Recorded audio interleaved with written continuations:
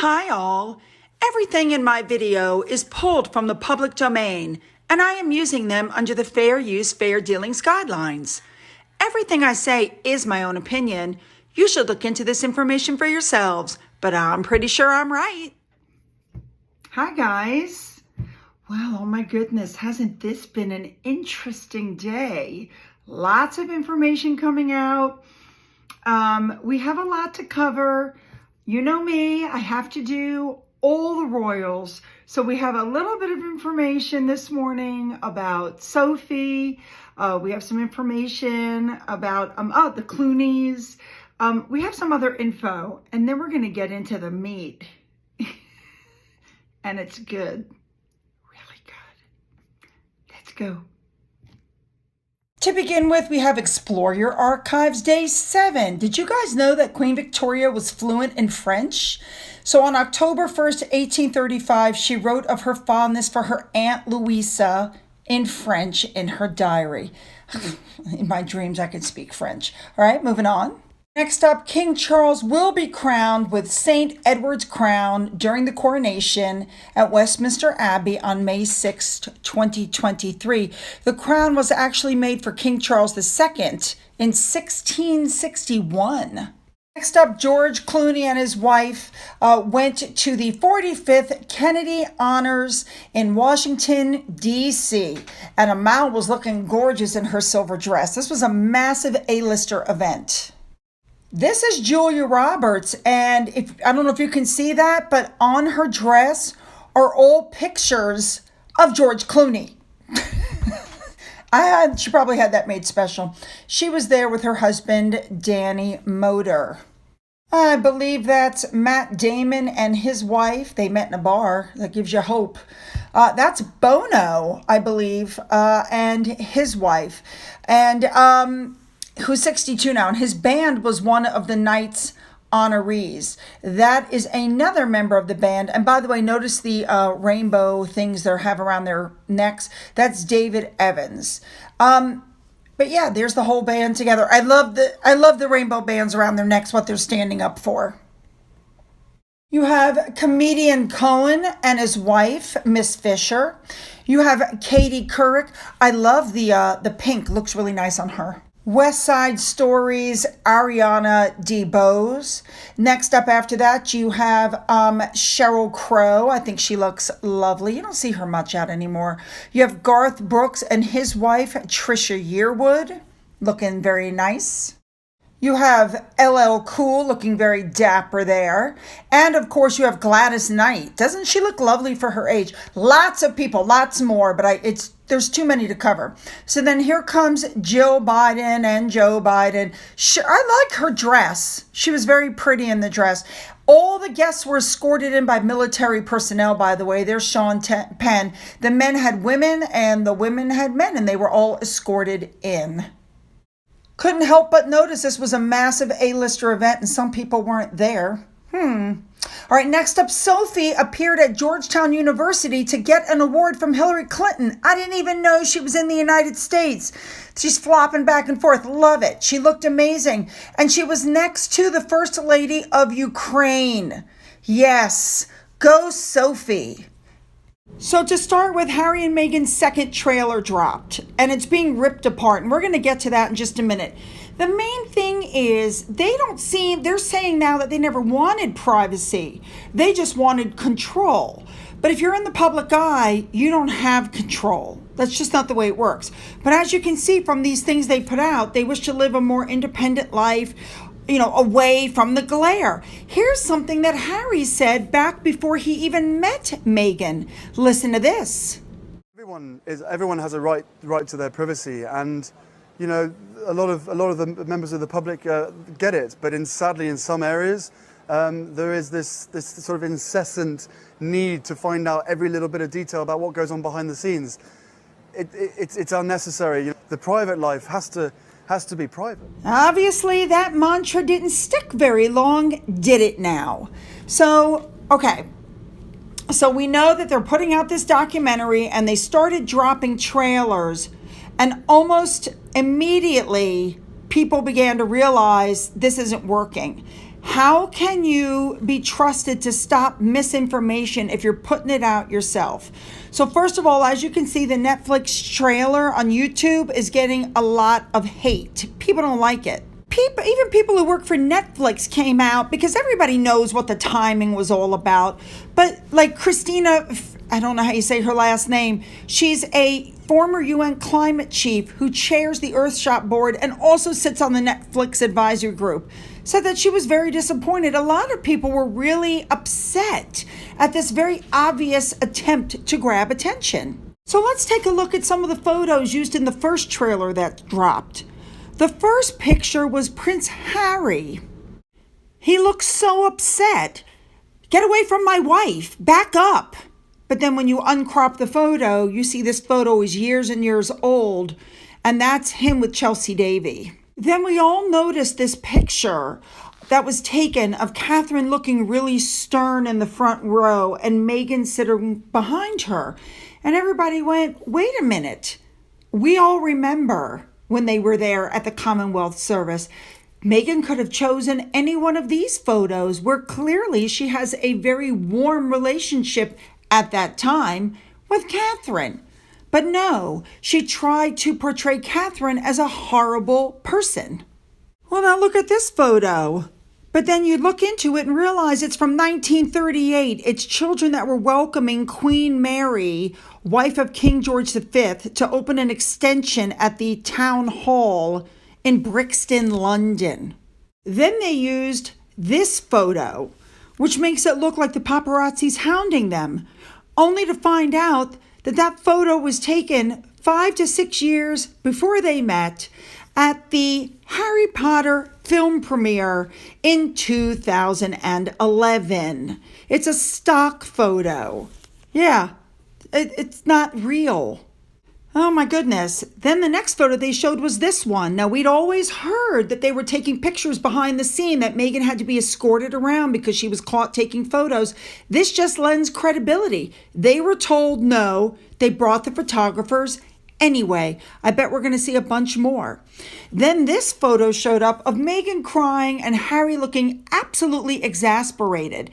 And I thought, where have I seen this before? Oh, here you go. This was Harry during the interview of Rewired in the exact same place, wearing the exact same shirt. And I completely agree with this headline. The fake pictures weaken their points. They've never been swarmed by paparazzi. All right, now the next trailer just dropped. And here we go. He's attacking the family. This is what he says. Look at the bottom. There's a hierarchy within the family. Yes, there is. There's always been. If you don't like it, why not remove yourself? Then we saw this in the original promo where Meghan is supposedly crying. That's right. Meghan, hold that pose because I got to take this picture. Hold it, hold it. Okay, now go ahead and cry. But you know what? I don't think she was crying because here's the picture from the new promo. Her nose isn't red. Her eyes aren't tearing. She wasn't crying. And you see below, Harry says, there's a war against Meghan. There's an agenda. No, I don't believe that there was. Then he says, oh, the women that marry into this family, the pain, the suffering. And we all knew he was going to reference his mother. What he didn't say in the documentary was that it was shown after she died that she used to call the paparazzi and tell them where she would be. She used to play around with the paparazzi. Then it came out that, the trailer appears to show Harry and Meghan being followed by paparazzi, but that's Kate in the photos. That's not Meghan. Meghan was never chased by the paparazzi the way Kate was. I've done videos on this before. I think she wanted to be as beloved as Catherine. It just didn't work that way. It kind of irritates me that they threw Catherine into this without even letting Catherine speak for herself. You know what I'm saying? Anyway, they're insinuating that they're being chased by the paparazzi, and they show this right here. It's one car very far behind them. It doesn't look like they're being chased. Shockingly enough, the next thing he did was accuse his own family of planting stories and playing a dirty game against Meghan. He claims the photographers were intrusive, but those two photos were shot from the same accredited pool position on Robert Jobson's iPhone at Archbishop Tutu's Cape Town residence. There were only 3 people there, and they were approved to be there. You guys, this is exactly the same thing that happened on Oprah. It's an agenda. It's a dirty game. The royal family planted stories. They're not protecting us. We know what the protection was. Every time a story came out about Meghan, true or not, she wanted the palace to jump in and do something. Harry's like, we tried. How did it get to this? How did it get to this? I mean, are you kidding? Here's some more for you. It looks like they're running away from the paparazzi. They were actually headed into an event. That's where the flashes are from. But these pictures that you're looking at are when Katie Price arrived at the Crawley Magistrate Court for sentencing. How about this photo they used, which it turned out was Michael Cohen, who was the former attorney for President Trump, leaving for his prison term. The photo was taken December of 2021. Well, I have to agree with the Great Britain News. Harry and Meghan can't even tell the truth in their trailer. I mean, you want to correct misinformation, and you're spewing misinformation everywhere.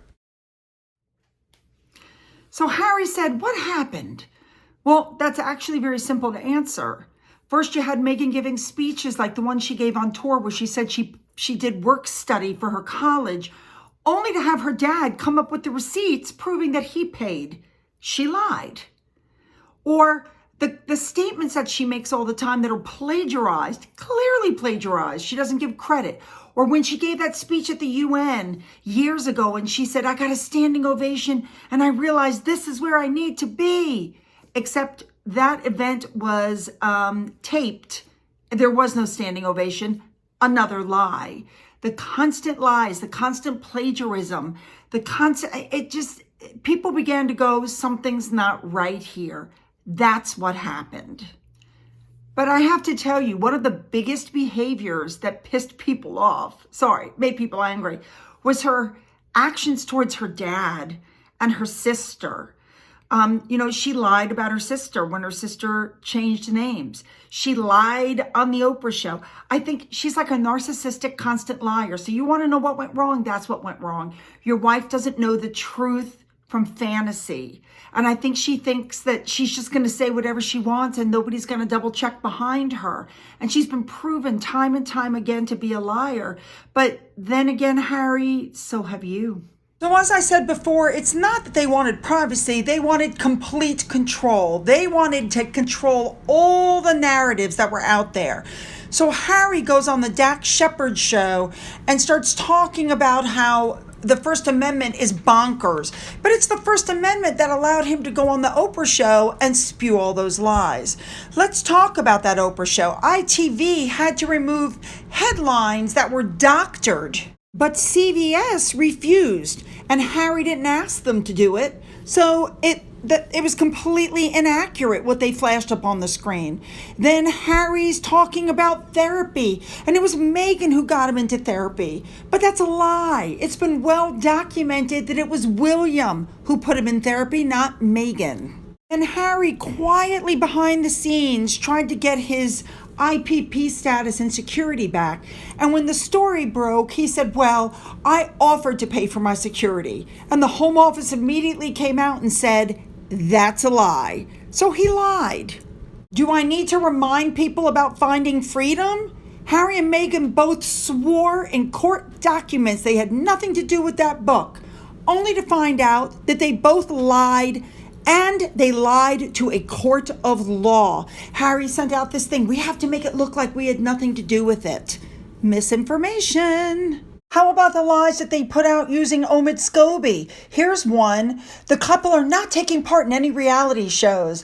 Obviously, that was a lie. Just like he said that they were rejecting any titles because they wanted to grow up normally. Meghan blew that out of the water at the Oprah show.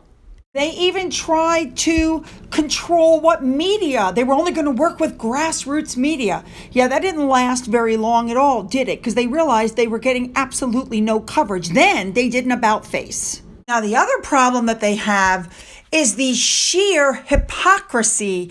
Oh, we have to look out for our carbon footprint. Don't do this, don't do that. And then they took 21 private jets. People are so over their whole don't do as I do as I say mentality. That hasn't helped either.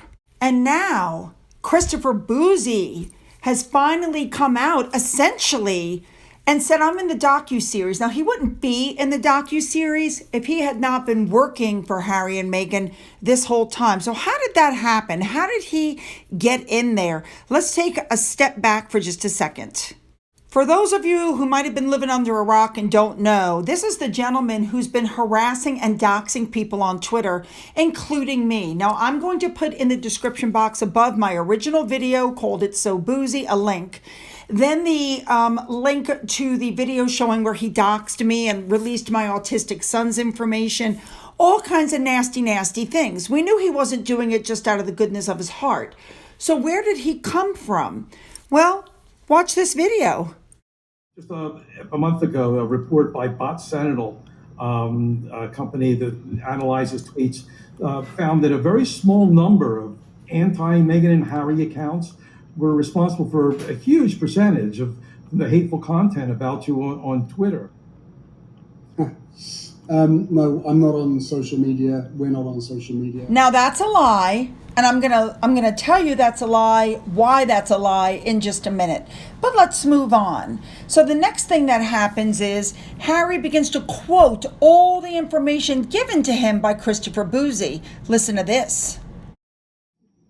And as you say, thanks to yet another independent report, let's pull up some stats here just so I get it right. More than 70% of the hate speech about my wife on Twitter could be traced to fewer than 50 accounts. Perhaps the most troubling part of this is the number of British journalists interacting with and amplifying the hate and the lies alone. And then let's not leave out YouTube.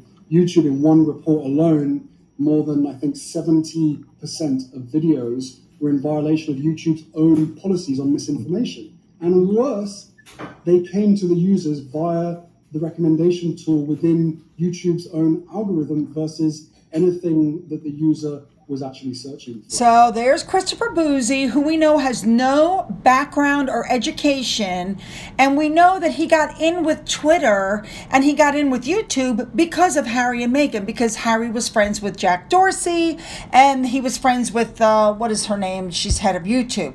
But again, as I told you, Harry said that was a lie, that he was not on, or he said he was not on social media. That was a lie. How do I know that was a lie? Listen to what he said next. Jack and I were emailing each other prior to January the 6th, where I warned him that his platform was allowing a coup to be staged. That email was sent the day before, and then it happened, and I haven't heard from him since. So how would he know that a coup was being staged and email Jack unless he was on the internet? So he's doing these reports. He's been caught on the reports, with doing unethical things. Then he gives an interview to a magazine where he says he was working for Meghan Markle. Then he immediately called the magazine and asked that it be, retracted immediately because it wasn't supposed to be out there. So Meghan wants to make it sound like Catherine's had it so easy and nobody's ever bothered her. Obviously, that's not true. Now, let me just say, have there ever been racist tweets about Meghan Markle? Yes. 10 or 12 of them that I'm aware of. So instead of focusing on the 15,000 that were good, she wants to play victim and focus on the 10 that were bad. Unbelievable. So as far as Christopher Bouzy goes, we all know what he's done. We know what he did to Yankee Wally. We know what he did to Murky Meg. We know what he did to Taz, to Trevor, to me. So essentially, he was hired by Harry and Meghan to harass people on Twitter to get them off and to stop them talking about Harry and Meghan. It hasn't happened. People are talking, what I tell you before, we're like whack-a-moles. You knock one down, three more pop up. What we know now is that Harry and Meghan are probably the ones that paid for Mr. Bouzy's attorney because he doesn't have enough money to even pay the $10,000 judgment he's already got against him. And I smell a lawsuit. I smell a class action lawsuit from everybody that he harassed. It's not going to be good. Now, to top it all off, besides all the other people that were brought in and all the other things that were done, this is the group that was finally brought in to finish this car crash.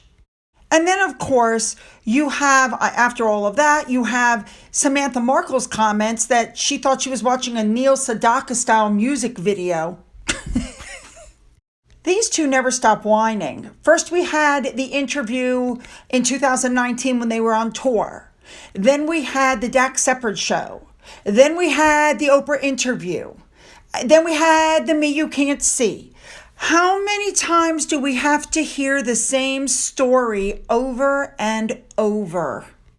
Then Harry went on TV with Hoda and made some comments. Then we had the Cut magazine interview. On and on it goes. Listen, people that are thriving don't behave this way. Then we had archetypes. It's just constant attack after attack after attack. And you know why these attacks are happening? Because the royal family isn't giving them what they wanted. We know that Harry, a 30-something-year-old man, continually called his dad wanting money, and Charles said, I'm not a bank, and wouldn't give him the money. Then they wanted the titles for the kids, and Charles held the titles back. So the attacks continue. Looks like this time, though, Harry may have gone too far. Charles and Camilla are tired of it. They just want out. And they know that now, not only is this happening, but then the book is happening. So at this point, the family has said any inaccuracies they're going to correct. And that's going to be the end of it. So if he writes something that's untrue, William and Charles are going to dispute it. They're not going to do the don't complain, don't explain mantra anymore. They won't get into a back and forth with them, but they're going to make sure that anything they say that's incorrect is disputed, because I think they've just had enough. I think they should just strip the titles. I've told you before, take them out of the line of succession. Don't allow titles for the kids and be done with it. I've said it before, I'll say it again. Tell the world that you're going to give them what they want. You're going to give them their freedom. Take the titles, remove them from the line of succession, take the kids out of the line of succession and let them go. That's what they want. And by the way, you should know that when I tell you they're jealous and they're living in, that William and Catherine are living in their head, they're dropping the first half of the docuseries next week, and they're dropping the second half on the same day as Catherine's Christmas Carol special at Westminster Abbey. Now, what does that tell you? Now, I want to jump on this really quickly. Of course, Harry and Meghan's, one of their big, people left. I think I've already reported that to you, but I'm just going to throw it out there anyway because now it's out in the news. Now, they're saying that this happened, that they're still remaining friends, that this was always the way it was supposed to happen. I don't believe that. I think their place is like a revolving door. They cannot keep staff. It's impossible. I think they're demanding, and I think they're running out of money and they can't pay their salaries. That's my honest opinion. Then the news came out that Meghan Markle's podcast was also put on YouTube, and it only got 700 and some odd subscribers. It failed dramatically. And finally, we have the story that came out that Harry said that the Brits need a lesson. He apparently said that before the Oprah interview. Now, since then, he's come out and said that that's baseless. That's not true. I love the UK. Don't accuse somebody who was in the army, blah, blah, blah. But I think they forgot this statement that he made while he was in the army. I've shown this to you before, but watch this. It's something I'd love to do, and now I've had the chance once. I suppose I've got quite into it.